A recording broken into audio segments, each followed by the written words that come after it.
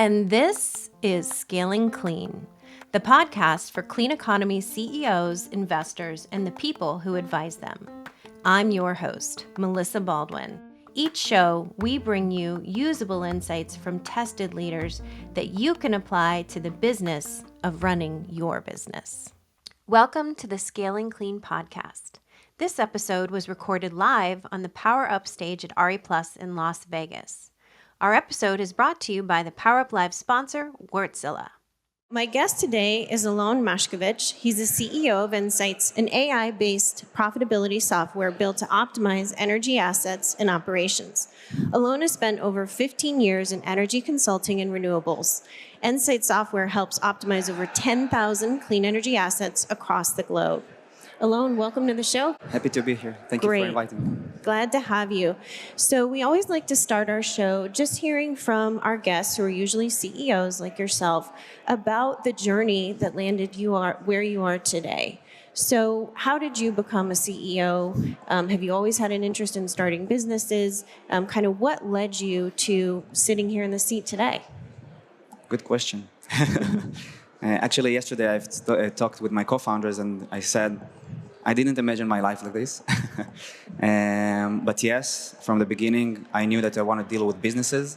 I have my first degree at law, second degree MBA, majoring in finance, and started to deal with business consultancy, strategic business consultancy, where I have been developing the department who have been focusing on renewables and energy efficiency, leading C&I commercial industrial facilities in their journey through the digitalization and adopting new technologies.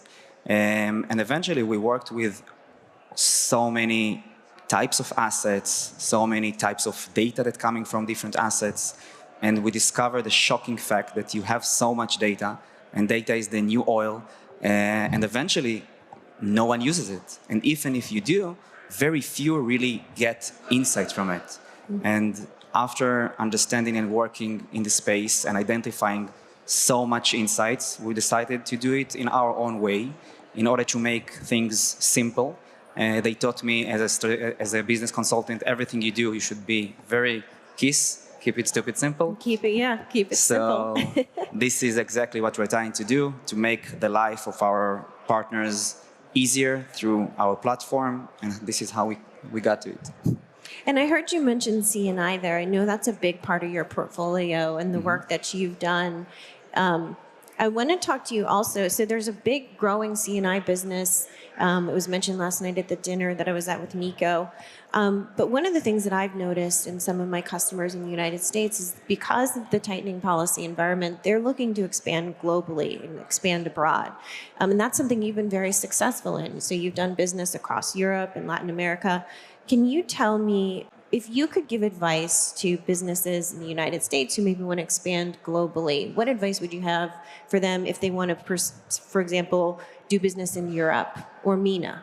First of all, I think that the market here is huge and still needs help, especially C&I, but also the resi side of things that is struggling, and also the utility space that must have more advanced solutions.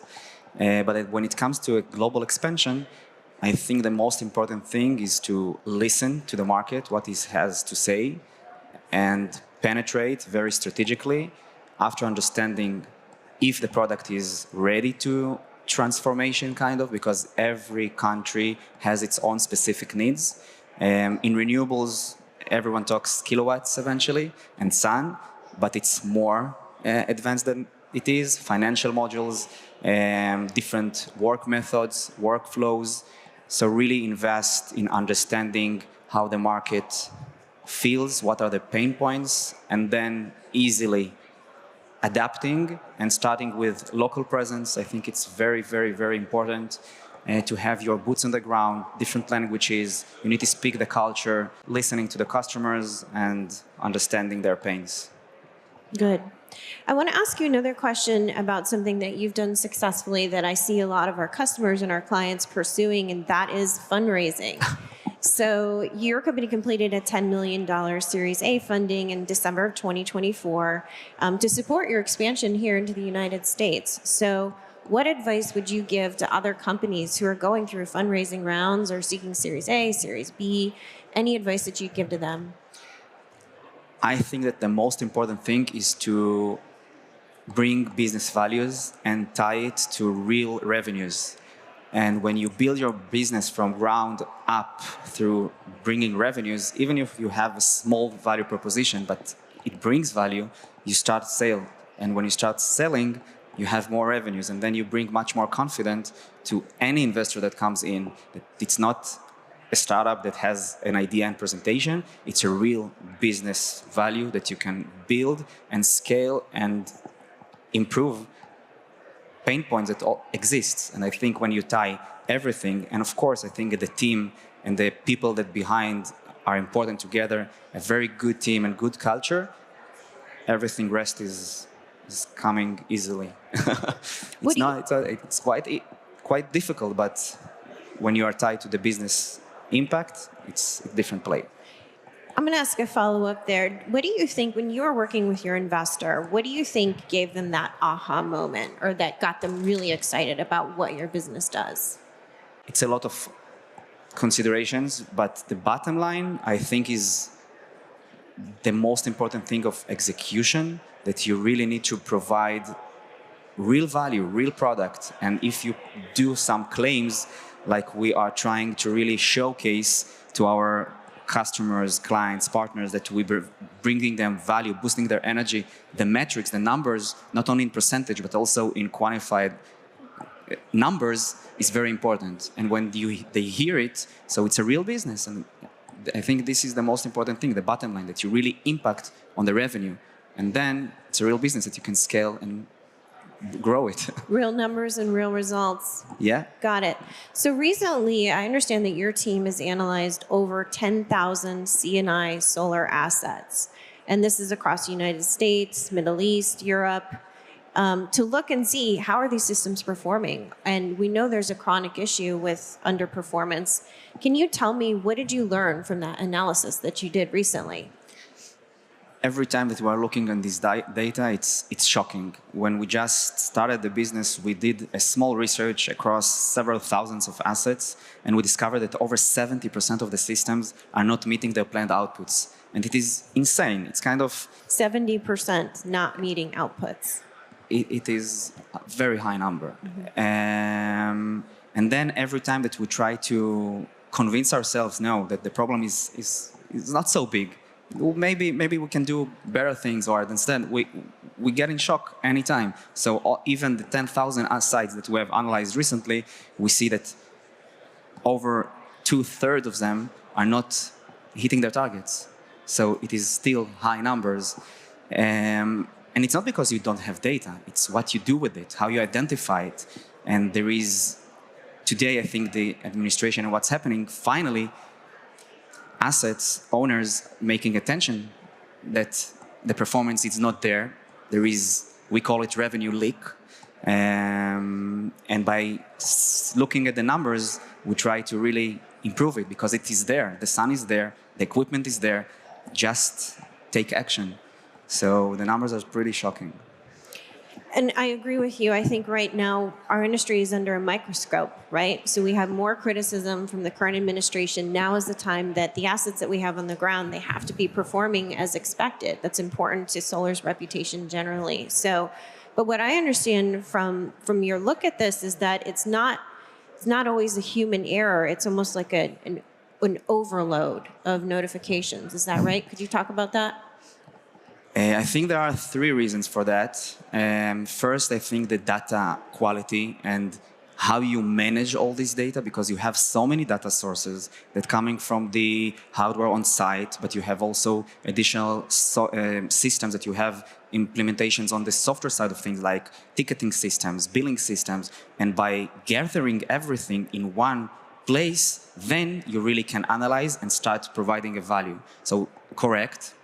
There are many reasons before we're entering to the human space. It's the data acquisition piece, handling the underperforming data, and I think quick action. Quick action, because we have noticed that many times we onboard assets in a very unique and easy way, like plug and play. Just last week, we've onboarded thousands of assets in the East Coast, and we noticed that many systems are underperforming and no one knows for months. Even sometimes we saw disconnected strings and disconnected inverters over 6 months and more. So it's really 6 months, Yep. and nobody noticed. Yep. And the system was not performing. Yep. It's incredible. It's incredible. So I want to move on to a different section here. This is something that we ask all of our guests on Scaling Clean about. The purpose of Scaling Clean is really to share wisdom from seasoned CEOs with the rest of the industry so that we can all do better in the business of running our business. And one of the things that we like to find out about is, not just how did you get where you are, but what are the places where you learn from? What are the places where you draw inspiration from? So do you follow any podcasts? Is there a great book that you can point to as being contributive to your success? Like, what has inspired you professionally, either now or in the past? I think many times I'm looking at my father and grandfather, what they've done before and how they grew me. And then in this modern world, I read, not today less read, but listen to books while driving, while running. I think that the most important thing is to listen and communicate. Eventually, it's all about human, even if the hardware, but it's operated by humans. So listen to the customers, listen to everyone. I think this is the most important thing, that every time that I have a conversation with everyone, I try to take more and more things that I can learn. Books, wow, recent books. I can open my Audible and say, but I listen to lots of researchers by Gartner, by different podcasts, Suncast. Shout out to Nico. Definitely. I try to gather as much information as I can because I believe that knowledge is power, and then its effects on everything that we do. I do think that I remember one great book. I think it's called, I will check it. Okay. It's funny that he mentioned that his parents were an influence to him. I can't tell you how many CEO guests that I've interviewed who would cite their parents as having a major influence on them, whether it's in business or not in business. So, The 5 Dysfunctions of a Team. The 5 Dysfunctions of Team. Yeah, What's that about? It tells the story of an external CEO that entered. The board brought her in order to restructure the company and bring her in a success. And she gets in and she starts to rebuild the team. And eventually it's all about communication. It's all about building trust. And when you have a leadership team, you must have a very strong communication and to be open with the team in order to really, as a startup or any business, it's like the roller coaster.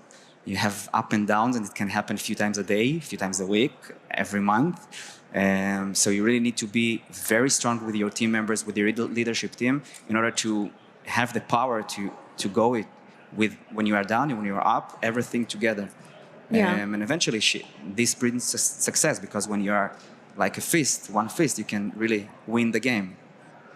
That makes me think of another question that we like to ask our guests, which is a lot of times CEOs or business leaders, you have to have a tough conversation. You have to fire somebody. You have to own up to a mistake or address an unhappy client. So what is your approach to that? How do you handle those tough, uncomfortable conversations? I think it ties me back to this book. Even if with employees in hard situations, when you build a trustful relationship, even the hard conversations are easier to handle because you are open, and it brings lots of success in every communication that you have with any person. I think, and listen, usually work with questions, understanding really the cause, reflecting, and then to conduct a really good discussion. At TigerCom, we call it keeping the floor clean. So there'll be a time when maybe I'm uncomfortable, I'm unhappy about something somebody said, and instead of stewing on it, it's really just, you got to say, hey, I noticed you did this, it made me think that, and have that conversation. It can be uncomfortable, but ultimately it's better, as you said, to just have that, have that discussion openly so that you're not a dysfunctioning team. Definitely. I want to ask you, how old were you when you started your first business? I think 25. 25. So you right now today, imagine you're in a time machine. You go back and you see your 25-year-old self. What do you say? What advice do you give to your 25-year-old self just about to start a business? I think what I said about the listening, you need to build it. It's really like a muscle that you need to train. So to be much more open and focus, really more focus, more listening, and maybe more work-life balance. Okay. Well, that's another question that we like to hear from. We ask this question to all of our CEOs, and it's interesting to hear the different things that folks do to get that work-life balance. There's some people who, wake up really early in the morning. There's one woman who, she swims in Monterey Bay. So what do you do? What is your rest, your joy, your recharge of your battery? Kids Kids? is everything. Yep. You have kids? Family, yeah. 3 of them. Okay. How old? 9, 5, and 2 years old. Okay. So younger side. Nice. Yeah. Nice. Yeah. And running, yep, definitely. Wake up early morning. In order to really make more sport, I think it's important also to make things better, think better. So being with the family and combining with running at least 3 times a week, yeah. Did I hear that you were in the marathon this morning, or what was The it? 5K. There's a 5K this morning. All right. Very good. Thank you, Sia, for sponsoring that. Definitely good run. I think every conference that I have still now, I've participated. Really, it's great to start the morning going to run with the whole bunch of people around you. I think How big was the group out there this morning? Wow, it was pretty big. Like, I think in comparison to 100 previous year, people, a couple dozen? I think they brought 2 buses. 2 buses. Okay. I think. So those people weren't out late last night partying then? I didn't see them at any of the parties. Is there any questions that we have from the audience? Anybody have any questions? My name is Manjunath. I am from Florida Solar Energy Center. And thanks for the inspiring talk, the way you did. Thank you. Excellent. And my question is on the assets, a bit of a technical side. So, because you said you're close to 10,000 assets you are looking at right now. So, how do you acquire the data? I mean, is it because we also look at the data, each site is unique. Agree. Mm-hmm. The challenges are unique. Agree.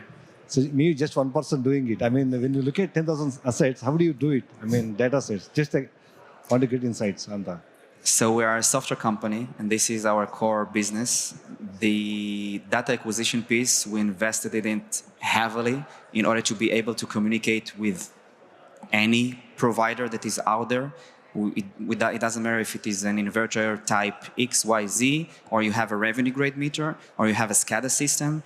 Via API, Modbus, TCP over IP, MQTT, you have so many protocols. So we really invested on all these data acquisition connectors, we call it, in order to make it easier, standardize. We have a lot of processes around the data in order to qualify and make sure that everything is in the highest quality that we can.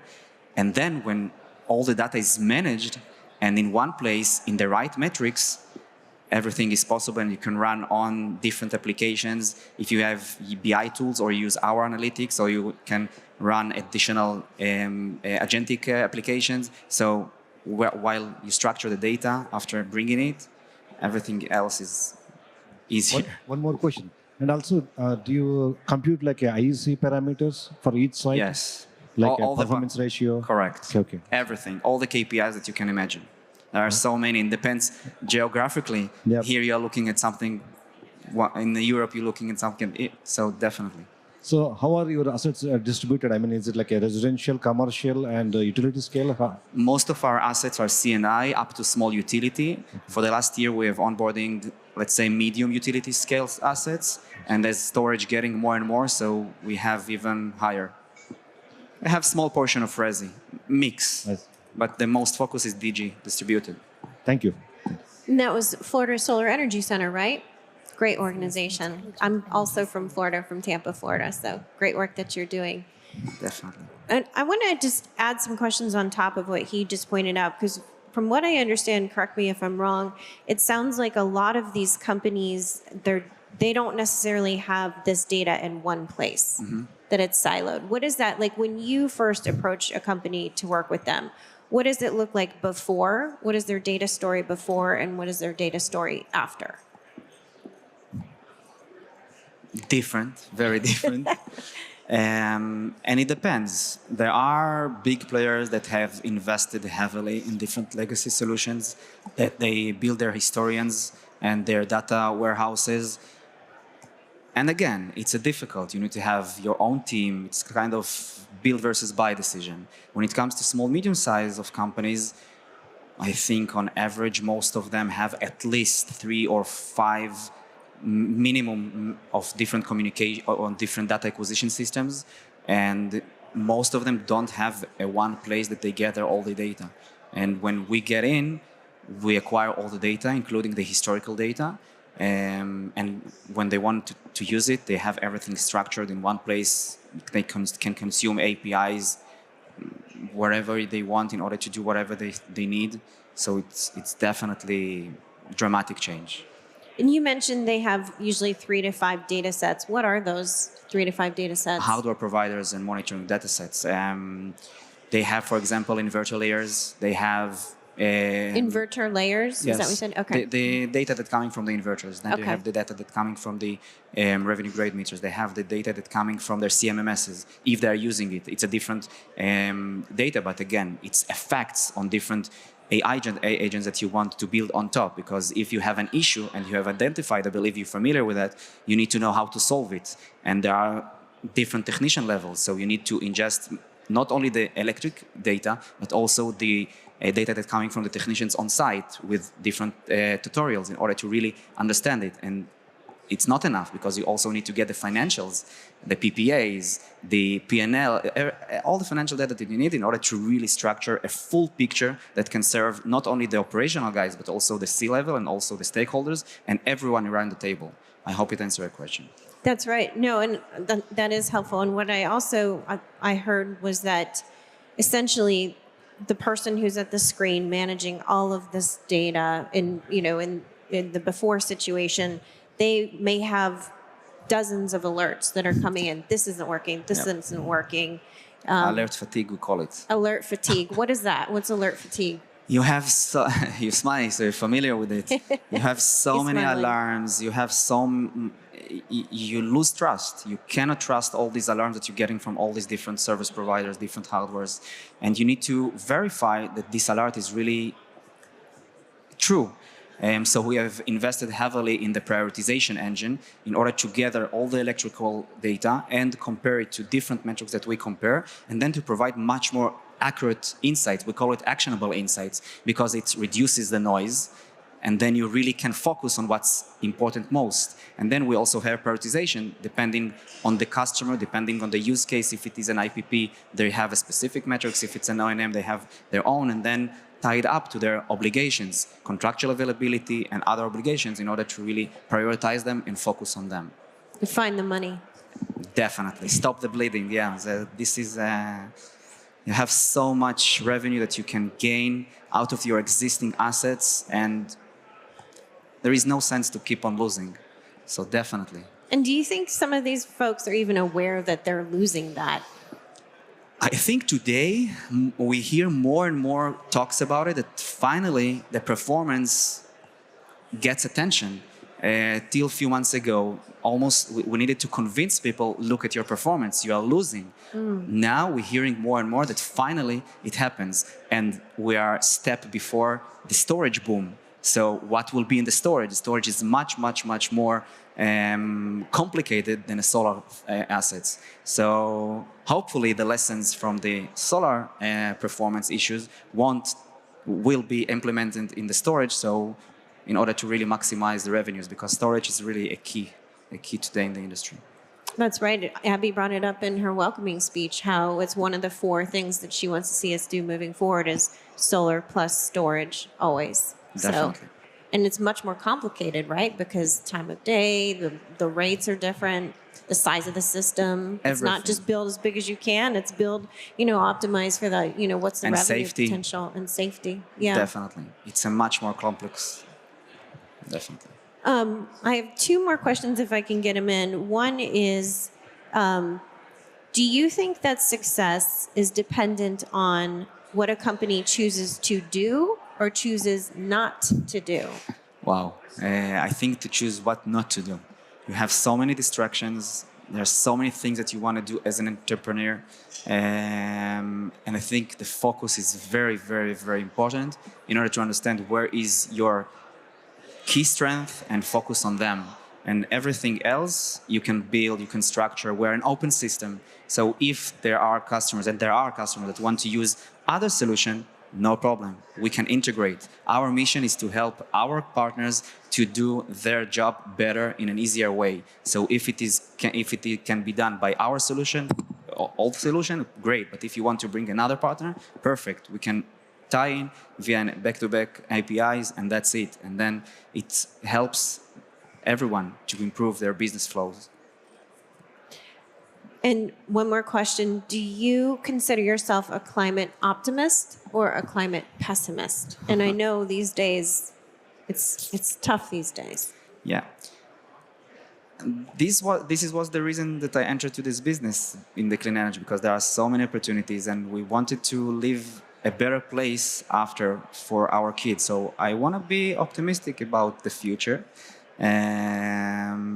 I think most of the people care about it, and we see more and more care about it. So let's keep optimistic. Great. Is there anything else that you want to say for our listeners? Is there a booth that you have? Yeah, you are welcome to visit our booth, definitely. I think focus and listen and to keep on going. Very good. Well, thank you so much, Alon, for joining me. Thank you for joining us here at the Power Up Live stage. It's been great. This stage is presented by Wardzilla and produced by Suncast Media.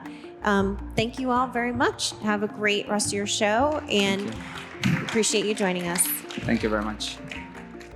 Thanks for joining us for another episode of Scaling Clean, the podcast for clean economy CEOs, investors, and the people who advise them. I'm your host, Melissa Baldwin. Our producer is Claire Quirin. If you like what you hear on Scaling Clean episodes, we'd appreciate it if you'd give us a 5-star rating and leave a comment where you get your podcast.